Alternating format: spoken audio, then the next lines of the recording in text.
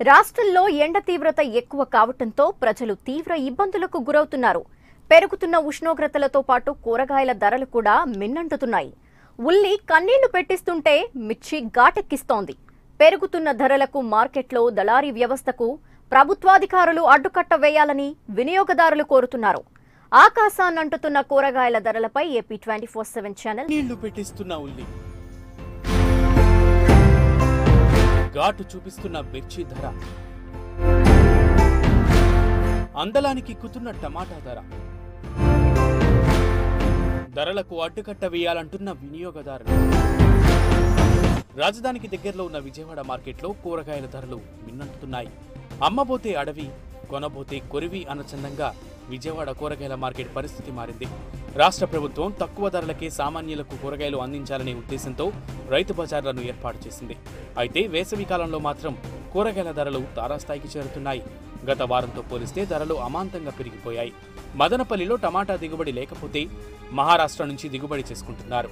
గత ఏడాది వేసవి కాలంలో 20 నుంచి 22 రూపాయల వరకు మాత్రమే పెరిగిన టమాటా ఇప్పుడు రికార్డును బ్రేక్ చేస్తూ 30 రూపాయలకు చేరింది.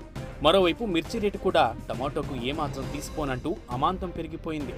మిర్చి సాగు లేకపోవడంతో ప్రకాశం జిల్లా గిదలూరు, బద్వేలు లాంటి ప్రాంతాల నుంచి దిగుమతి చేసుకుంటున్నారు. గతంలో 16 నుంచి 25 రూపాయలు పలికే మిర్చి ధర ఈసారి ఏకంగా 34 రూపాయలకు వ్యాపారస్తులు అమ్ముతున్నారు. నీళ్ళు లేక, వర్షాలు లేక, కాలువలు సరిగా టయానికి రాక, వేసిన మొక్కలేమో చచ్చిపోయి మళ్ళీ నాటేటప్పటికి ఈ టైం అయ్యింది. 34 ఇవ్వాల. అంతకు ముందర 20 రూపాయలు పాతిక, లేకపోతే 15 రూపాయలు అట్టుండేవి. రాగబడి తక్కువే అయింది. అసలు ఒక రోజు ఉంటుంది ఒక మార్కెట్లో మిర్చి. బెండకాయ, వంకాయ, దోసకాయ వస్తున్నాయి బాగా. వాటికి ఇలువ లేదు. కూరగాయల ధరలు బాగా పెరిగిపోతున్నాయి. ఎండల కన్నా ఈ కూరగాయల రేట్లు బాగా ఎక్కువగా ఉన్నాయి. టమాటాలు, చిక్కుడుకాయలు కొనాలంటే అసలు అందుబాటులో కూడా ఉండట్లేదు. అవి ఇది ఎట్లాగే కొనసాగితే అసలు ఎండడానికి కూడా కొంచెం కష్టమైంది. వాతావరణంలోని మార్పులతో కొన్ని చోట్ల అతివృష్టి, మరికొన్ని చోట్ల అనావృష్టి కారణంగా కూరగాయల పంట దిగుబడి తగ్గిపోయింది. దీంతో ఇతర రాష్ట్రాల నుంచి దిగుబడి చేసుకుంటున్నారు. కూరగాయల ధరలు పెరిగిపోవడంతో పేద, మధ్యతరగతి కుటుంబాలు బెంబేలెత్తిపోతున్నాయి. గతంలో మార్కెట్లో వంకాయలు కేజీ 8 రూపాయలు ఉంటే ఇప్పుడు 12 రూపాయలకు చేరుకుంది. 45 రూపాయలు పలికిన క్యాప్సికం ధర 54 రూపాయలకు చేరుకుంది. బీట్రూట్ 22, బంగాళదుంపలు 18 రూపాయలు అమ్ముతున్నారు. ఆకుకూరలు కూడా ఏమాత్రం తీసుకోమంటూ వినియోగదారులకు చుక్కలు చూపిస్తున్నాయి. కొత్తిమీర కేజీ 20 రూపాయల ధర పలుకుతోంది.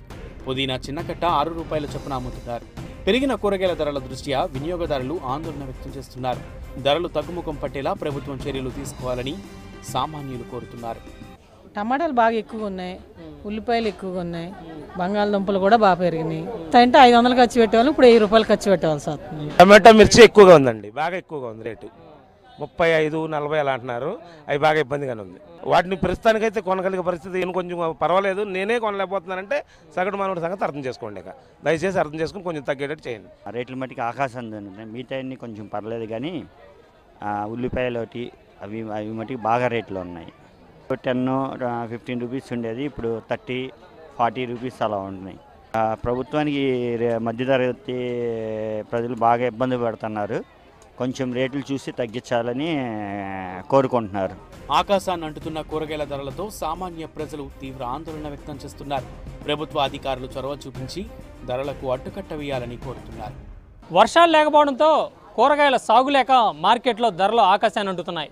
దీంతో ప్రభుత్వం ఏర్పాటు చేసిన రైతు బజార్లో దళారీ వ్యవస్థను ప్రభుత్వ అధికారులు అరికట్టాల్సిన అవసరం ఎంతో ఉంది.